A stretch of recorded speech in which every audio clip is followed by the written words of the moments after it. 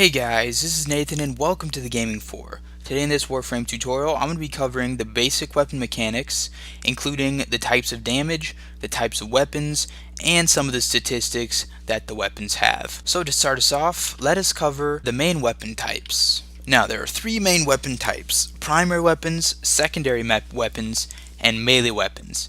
Now out of those weapon types, the primary weapons and the secondary weapons have sub-weapon types as well. The sub-weapon types for the primaries are shotguns, snipers,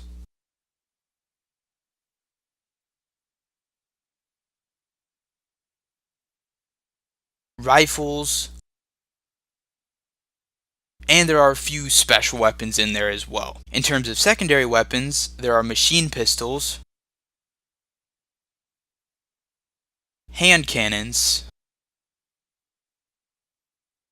pistols, and a few special weapons, just like primary weapons. Now, out of the melee weapons, there really aren't any specific subcategories, but you could potentially split those up into normal hand melee weapons and throwing melee weapons, because there are a few specific melees that have throwing capabilities to them. Besides that, those are the main weapon types. Now let's go over some of the main types of damage. Now, every weapon is going to do some type of damage, and there are two main types that you should be aware of: physical damage and elemental damage. Now, out of the physical damage, there are three types of physical damage: puncture damage, impact damage, and slash damage. And each of these types of damage is more effective at killing certain types of enemies over other types of enemies. Now, the second main type of damage is elemental damage. Now, elemental damage is a lot more complicated than physical damage, because there are four main types of elemental damage, but those types can combine to create 6 other subtypes of elemental damage. Now, the four main types of elemental damage are cold damage, electric damage, heat damage, and toxin damage. And these four combinations can create corrosive damage, blast damage, gas damage, magnetic damage, radiation damage, and viral damage. And each of those types of damage is more effective against a certain enemy type than the others. And also, guys, as you may have noticed before, each type of damage is sort of symbolized by its own sort of symbol. For example, puncture damage has more of this puncture sort of symbol, impact damage has more of a hammer sort of thing, and slash damage has more of a slash sort of crescent sort of thing. And each of these different types of damage do interact with the enemy in a certain sort of way. For example, puncture damage tends to ignore armor, impact damage tends to stagger the enemy, and slash damage tends to deal damage directly to the health of the enemy. Alright, so besides the types of damage, there are also a lot of other stats that affect your weapon. So let's start with the primary and secondary weapons, because these are each going to share pretty much the exact same stats as each other. So as you guys probably have noticed already, the stats of your weapon can be seen in the arsenal at the bottom right of the screen when you hover over that weapon. So as you guys can see, the stats usually start out with the type of damage and how much of each of those damage types. Next comes the trigger. Now, trigger has a few different options, charge being one of them. Charge weapons, generally you have to hold down the left trigger to charge them up before firing. Semi-automatic, you usually shoot once per each time you left click. Burst weapons usually shoot a few shots in a row on one click, and automatic weapons shoot constantly as long as you have the left mouse button held down. Now, the next stat below trigger that you will find on all primary and secondary weapons is status. Now, status is pretty complicated, and I'm only going to go into a brief description of what it does. So status essentially gives each bit of damage you do to the enemy a chance of having an extra special effect, and it mainly applies to elemental damage, but it does also apply to puncture, impact, and slash damage. Now, underneath status damage is the reload, and this one's pretty self-explanatory. This is just essentially the amount of time that it takes you to reload your weapon, and obviously lower is better. Below that is noise. This one's pretty interesting because depending on the noise of your weapon, you can either alert your enemies or not. So for example, bows are usually silent, whereas other guns are usually alarming. Those are the two main options for noise. Now, below the noise is magazine, and this essentially defines how many shots you have in your magazine before you have to reload. Fire rate is also pretty self-explanatory. This is essentially how many shots per second that you can take with your weapon. Critical multiplier and critical chance are also somewhat complicated, but essentially critical multiplier is the multiplier that is done to your damage whenever you have a critical chance go off.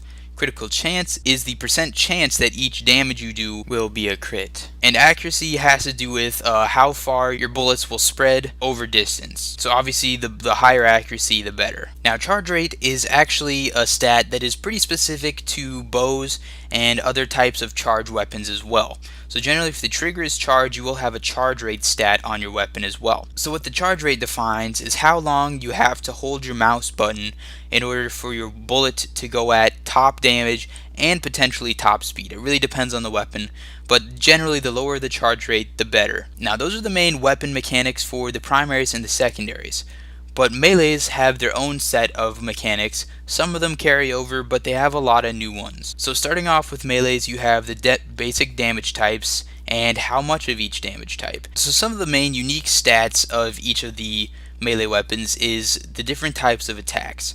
So you've got wall attack, spin attack, leap attack, and your basic attack. Now your basic attack is defined by your base damage here, but each of your wall, spin, and leap attacks all have their own different damage values. Now these wall, spin, and leap attack are different types of combos, and that'll definitely be something for another video when I show you all the different types of weapon combos. Status is a stat that you should be familiar with. It essentially gives the amount percent chance that you have a status effect go off. Also, critical multiplier is pretty self-explanatory. That's how much your damage is multiplied whenever you have a crit hit. Critical chance is also pretty explanatory. So next we have channeling damage and channeling cost. Channeling cost defines how much mana it takes per channeling hit, and channeling damage is what the multiplier of your damage is when you are currently channeling. And the way you channel is you hold F to take your weapon out, and then you right click while doing your basic melee attacks with E. And that should sort of give you a glowy effect and should sound a little different than the normal melees as well. And the last stat for your melee weapons is attack speed.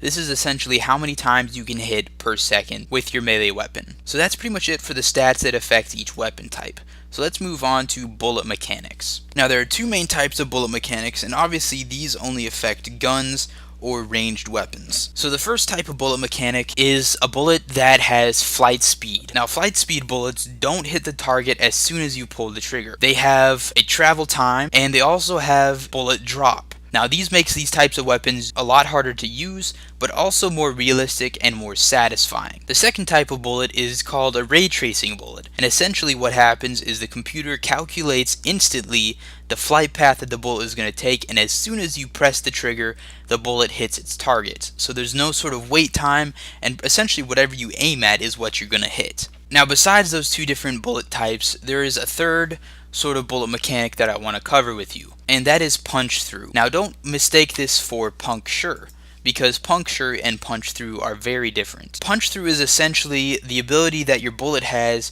to move through multiple enemies as well as the terrain. So the higher punch through you have, the more enemies you can shoot through, and the more terrain you can shoot through to eventually damage enemies behind your target. Now the issue with punch through is that you don't see it in the stats. So if you see here on Raktus Ceranos, you don't see any value for punch through. But Raktus Ceranos does have punch through.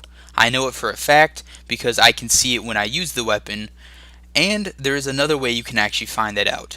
So if you guys actually look up the weapon name followed by Warframe, you should be able to find a wiki page on that weapon. On that page, you will be able to find all the stats, including some stats you won't be able to see in the bottom right normally. So on that specific page for the weapon, you will be able to see the amount of base punch through that the weapon has. And don't worry guys, if your weapon doesn't have any punch through, you can add it using certain mods, but that is definitely something for another video. So that's pretty much it for bullet mechanics.